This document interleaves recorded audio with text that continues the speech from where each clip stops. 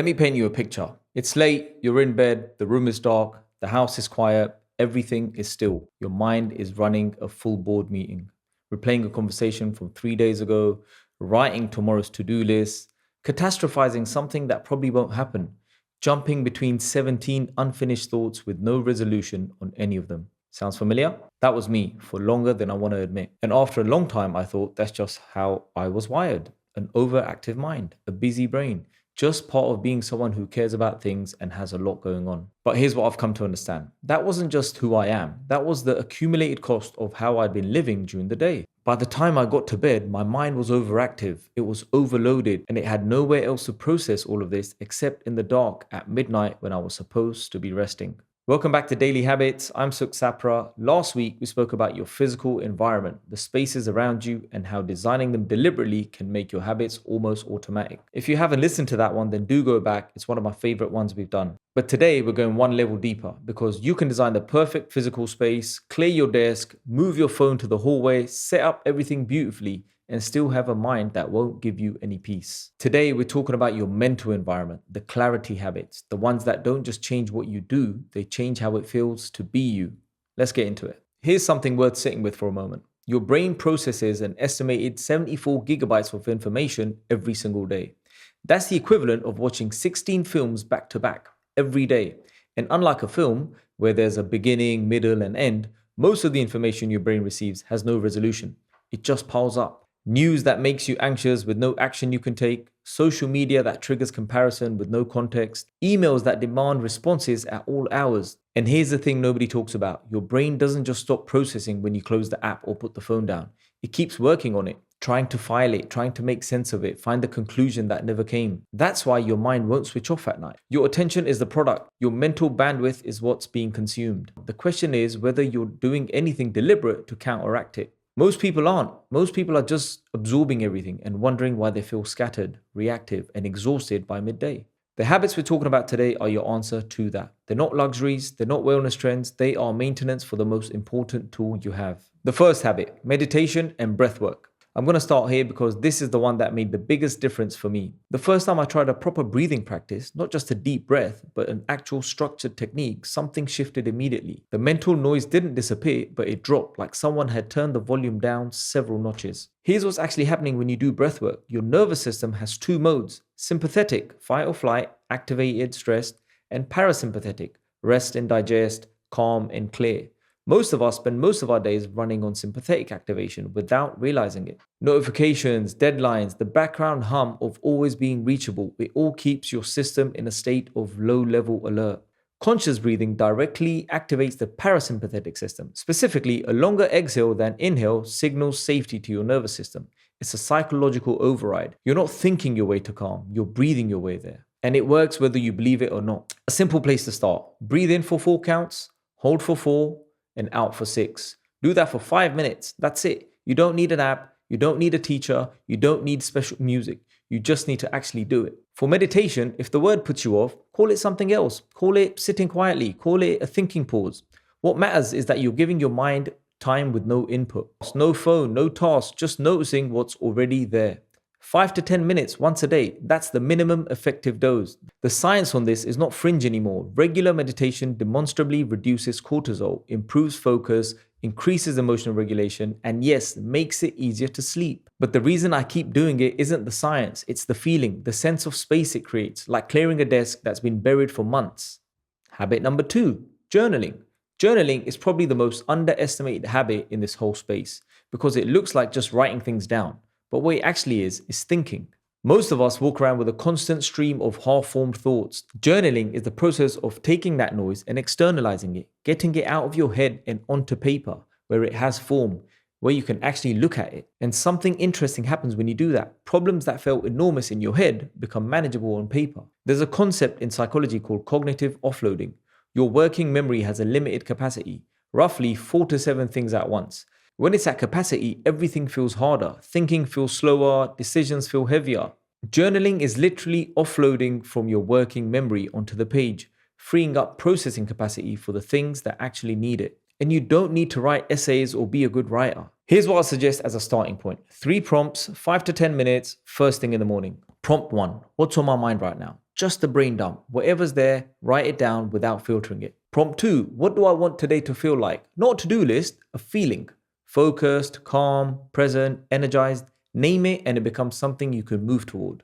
Prompt number 3. What's one thing I'm grateful for and why? The why matters. Not just my health, but my health because it means I can do X. That's it. 3 prompts, 5 minutes. Do it before you look at your phone and you'll notice the difference in how you start your day within a week. Habit number 3, screen time boundaries.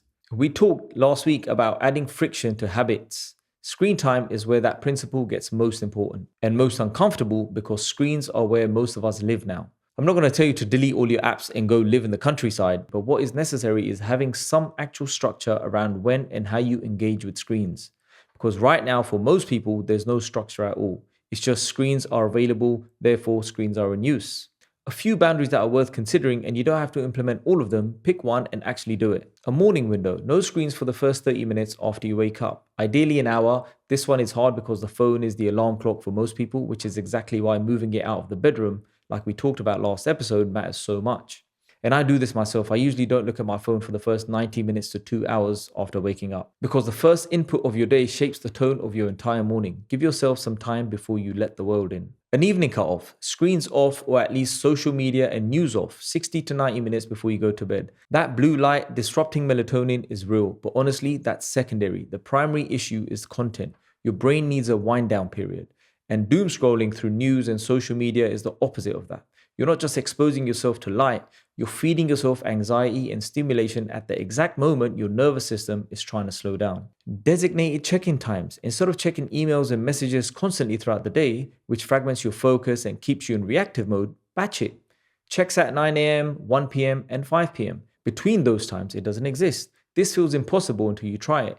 And then it feels like the obvious way to work. The underlying principle with all of these is the same. You decide when the screen gets your attention instead of the screen deciding for you. That shift from reactive to intentional is what creates the mental space. Habit number 4, your information diet. This is the one most people haven't thought about deliberately, and it might be the one with the biggest cumulative effect. Think about what you consume in a given day. News, probably multiple times. Social media, often dozens of times. Podcasts, YouTube, articles, newsletters, group chats, a constant, relentless stream of other people's thoughts, opinions, stories, and agendas flowing through your head from the moment you wake up.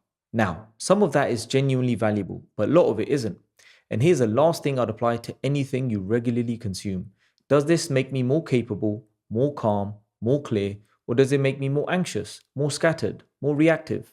Be honest, because a lot of what we consume we justify as staying informed, when what it's actually doing is making us feel worse without making us feel any better equipped to do anything about it. The news is the most important one to look at here. I'm not saying don't stay informed. I'm saying be deliberate about how. Reading one trusted source once a day is staying informed. Checking multiple news apps every hour or reading comment sections, following live updates on stories you can't influence, that's not information. That's just anxiety consumption and it has a cost. Social media is similar. There's a difference between using it with intention, connecting with people and sharing things you care about and engaging meaningfully, whereas using it as a default for a fill of a moment of quiet. The practical move here is audit what you consume for 1 week. Just notice it. What do you reach for and when? How do you feel afterwards? You don't have to cut everything, just get conscious about it. Because right now, most of what goes into your mind is just whatever's available. And you deserve a higher standard than that for the thing that shapes every thought you have. Now, I want to address something directly because I know some of you are thinking you've tried meditation, you sat there for 5 minutes thinking about what to have for dinner and you decided you were doing it wrong and gave up. You've tried journaling, you wrote 3 entries and ran out of things to say. Or you've tried cutting your screen time and lasted 2 days before the habit collapsed. And so the conclusion you've drawn is that these things don't work for me. Here's what I'm going to push back on. The issue usually isn't that the habit doesn't work. It's that the version you tried was either too big, too vague, or too attached to the wrong expectation. Meditation doesn't mean emptying your mind. Your mind will wander. That's not failure. That's literally what minds do. The practice is noticing it wandered and gently bringing it back. That's the rep. Expecting silence is like going to the gym and expecting the weights to be light. Journaling doesn't require inspiration. On the days you sit down and genuinely have nothing, write that. I have nothing to write today and I'm doing this anyway. The habit is sitting down to do it, not producing something profound. Screen time boundaries don't require perfection. You'll pick up your phone in the morning sometimes. You'll check your social media after your cut off sometimes. That's not habit failing. That's just a habit being imperfect, which is how all habits are, always. The version of these habits that changes your life isn't the perfect version. It's the version you keep doing imperfectly, consistently, over time. That's it. So here's what I want you to do. Same as last week. One thing. That's all. Look at the 4 habits we talked about today, whether it's meditation and breathwork, journaling, screen time boundaries, or information diet. Pick the one that feels most relevant to where you are right now, not the one that sounds best, the one that, if you're honest, would make the most difference. Then commit to 5 minutes every day this week, not 20 minutes, not a complete overhaul of your morning routine, 5 minutes of one habit done consistently for 7 days. That's the challenge. If you want to go further, try this tonight. Before you go to bed, instead of scrolling, spend 5 minutes writing down everything that's on your mind. Every unfinished thought, every worry, every to-do. Get it out of your head and onto paper. Then put the phone in the other side of the room or in the hallway and see what happens. Here's the thing about mental clarity. It's not a destination you arrive at. It's not a state you achieve and then keep forever. It's something you return to daily through the habits that protect your attention and give your mind the space it needs. You live in a world that profits from your distraction, that wants your attention fragmented, your anxiety high, and your scroll reflex automatic. And it is very, very good at what it does. But you are not powerless against it. Every morning you journal before you check your phone, you take your attention back. Every time you breathe intentionally instead of reacting immediately, you take your nervous system back. Every time you choose what goes into your mind rather than just absorbing whatever's available, you take your mental environment back. Clarity isn't just something you find in the quiet, it's something you build, one small habit at a time in the middle of all the noise. You've got this. I'm Sukh Sapra. This is Daily Habits, and I'll see you next week.